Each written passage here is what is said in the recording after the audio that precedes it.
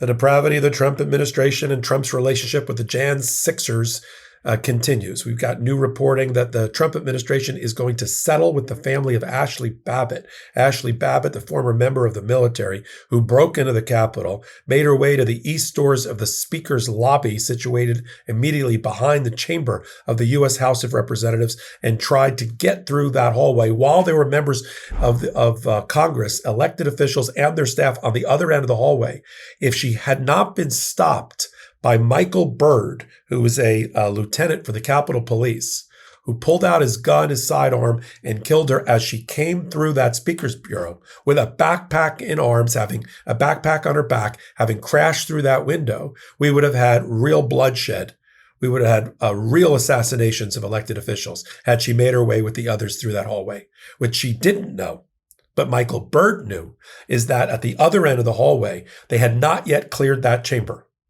And they needed more time. And at that moment, based on that decision-making, that split-second decision, Lieutenant Michael Byrd saved lives. But he's been attacked by MAGA and by the Babbitt family ever since. There should be a statue to Lieutenant Michael Byrd out in front of the Capitol for the bravery and the heroism that he showed. It was him against Ashli Babbit and others. They claim she was unarmed. She was in fatigues. She had a backpack. She crashed through a window that she had broken with something she had brought with her, and she was on her way. And what would have happened? Think about what would have happened if she made her way and got there as the elected officials and staffers had not yet been able to get belly crawled out of that chamber. Think about what would have happened. You think Jan 6 was bad? Think what it would have been if Ashli Babbit had broken through. And now that the Trump administration has completely sullied the names of all the law enforcement that battled that day in a barbaric battle, a medieval battle at the Western Portico and the Western Terrace with blood on the steps to protect democracy, he now settles with Ashli Babbitt's family because they filed a $30 million lawsuit. That's depraved. I'm Michael Popok. You're here on Legal AF. Let's get to the story of Ashli Babbit. I did a lot of hot takes at the time about the Jan Sixers. And one story that resonated with me was that of Ashli Babbit, and how quickly her family created this martyr syndrome around her, this martyrdom around her. Ashli Babbit was not a good person that day. I don't know what her life history was before, but on that moment, on that day, she broke into the Capitol with others and then went further than anyone else. In fact, I guess to the credit of the Jan Sixers, she got as far into penetrating the chambers of the House and the Senate as anyone else.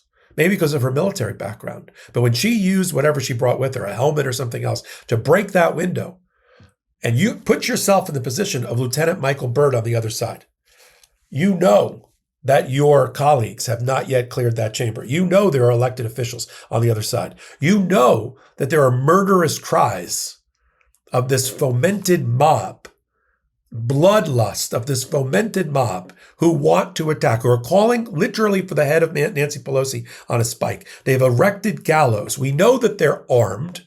You can see that they're armed. They're battling it out. You can hear it on the walkie-talkie communication devices that they're using baseball bats and flagpoles and barricades and the police's own equipment against them. There was so much blood on the steps of the Capitol that one Capitol police officer testified that she had been in Fallujah, and this reminded her of that. So you've got the carnage going on outside. You've got the outmatched Capitol and Metro Police who yell into their walkie-talkies and their handhelds that the line has broken, and that these people are sieging their way in, including those in the military who led it, right, in like a winged formation into the Capitol. That's how quickly the Proud Boys and the Oath Keepers and other people in the military, how quickly they took control of the mob and pointed it in the right direction and led them. And that included Ashli Babbit. She got all the way in. What she didn't know is how close she was to the elected officials on the other end of that door. But Michael Byrd knew it. Lieutenant Michael Byrd knew it. So with all of that information, and Michael Byrd's been completely cleared by every investigative agency around, every internal affairs agency around that's not affiliated with MAGA. And the last thing that was between Ashli Babbit and those behind her and the elected officials down that hallway was a bullet fired by Michael Byrd. That was it.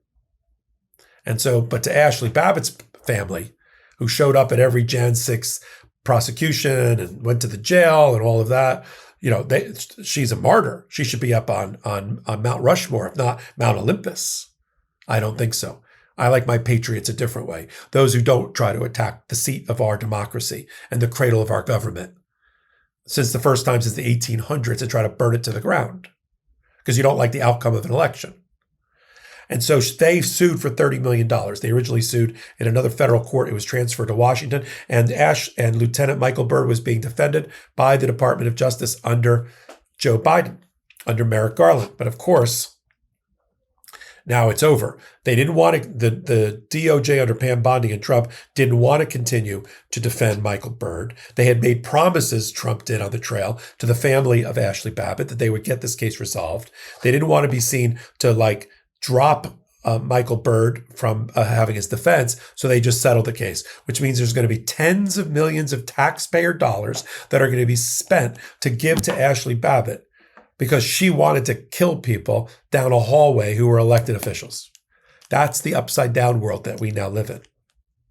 And it matters that we call it out. It's not okay that they're settling with that family.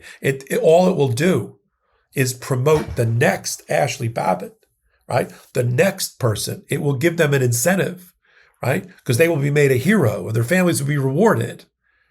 Right? This is not going to stop. This is going to create the next Ashli Babbitt in this way. So I wanted to talk about it right here on Legal AF while we're all together. And it's not the only thing you're going to find to be depraved about the Department of Justice and Donald Trump's approach to Jan 6th. He pardoned 1,800 people all at once, regardless of what their crimes were, including those that were accused of maiming and critically and almost mortally wounding law enforcement. He did that and sullied the names of everybody that fought that day to protect democracy. And yet law enforcement still seems in a way to support Donald Trump. For what reason? I have no idea. All he's done is make it likely that there will have more Jan 6th insurrections, not less. And so that's the sad tale of this country under Donald Trump, who rewards cowards and traitors and insurrectionists and their family. We'll continue to follow it right here on Legal AF. While you're here on Legal AF, we had an amazing week here. We had 50,000 people join us to watch oral argument at the United States Supreme Court and the commentary around it. We added about 20,000 new subscribers this week alone, and we opened up a new Substack, Legal AF, the Substack, for all the overflow of information about law and politics that you've come to expect from this brand that I curate. So until my next reporting, I'm Michael Popok. In collaboration with the Midas Touch Network, we just launched the Legal AF YouTube channel. Help us build this pro-democracy channel where I'll be curating the top stories, the intersection of law and politics. Go to YouTube now and free subscribe at Legal AF MTN. That's at Legal AF MTN.